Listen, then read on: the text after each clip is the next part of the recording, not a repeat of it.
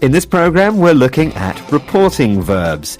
They're verbs that we use when we talk about what someone else has said. So, verbs like suggest, deny and insist.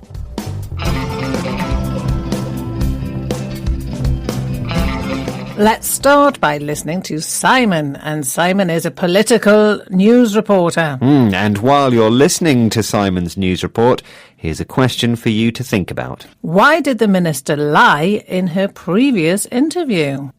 In a previous interview, the minister had denied knowing anything about the scandal. However, she later apologised for saying this and admitted that she had lied. She insisted that she had not intended to cause any harm and suggested that it had been necessary to protect certain important public figures. When advised to reconsider her position, she had initially demanded to know why, but eventually offered to resign. We asked, why did the minister lie in her previous interview? And the answer is, she suggested that it had been necessary to protect certain important public figures. Scandal. Now, it's interesting that the report uses the verb suggested. So why didn't Simon use said? She said that. Well, suggested tells us that the minister said it, but not in a very strong or direct way. And that's because she didn't want to embarrass the important public figures. And that's an example of why reporting verbs are useful. We can always use say, tell or ask, but other reporting verbs express slightly different meanings and attitudes. Yes, they do. So reporting verbs make your writing or speaking more accurate and more interesting too. Now, listen for more reporting verbs in this clip. In a previous interview, the minister had denied knowing anything about the scandal. However, she later apologised for saying this and admitted that she had lied. So, we heard denied knowing anything.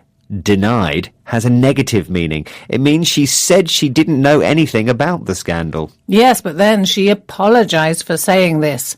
She said she was sorry for saying this. And lastly, she admitted that she had lied. Admit is the opposite of deny. It means you say that something is true. We usually use admit when someone has to say that something is true, although they would prefer not to. And now on to the next clip. She insisted that she had not intended to cause any harm and suggested that it had been necessary to protect certain important public figures. There we heard the verb insisted.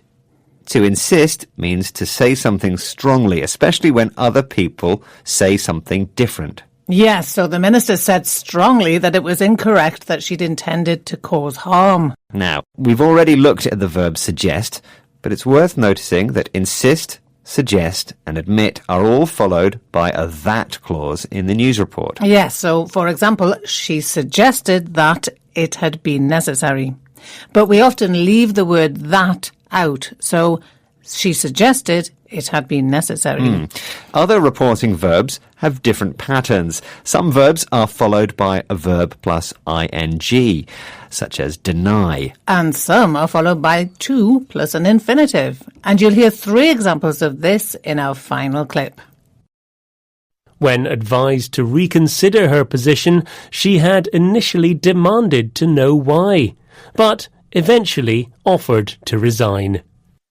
Right, we heard advised, which means told, but in a polite or indirect way. And demanded, which means asked in a slightly aggressive way. Oh, and finally, she offered to resign. So she said that she was willing to resign if that's what people wanted.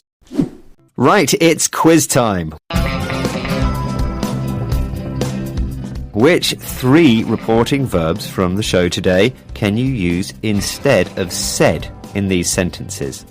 Number 1, I didn't believe her at first, but she said that it was true. It's insisted. She insisted that it was true. That's right, well done. Number 2, when questioned by the police, the boy said that he had stolen the car. So the boy admitted that he'd stolen the car. Number 3. Several people have said that there's a possibility that the actor's marriage might be in trouble. And the answer is suggested. It is, and that's the end of the quiz. Congratulations if you got them all right. Well done indeed. And finally, here's a top tip to help you learn new words more quickly. Keep a list of reporting verbs and study their meanings. When you're writing, every time you use the words said, asked or told, check your list to see if there's a different verb that you can use in that context to add variety to your English.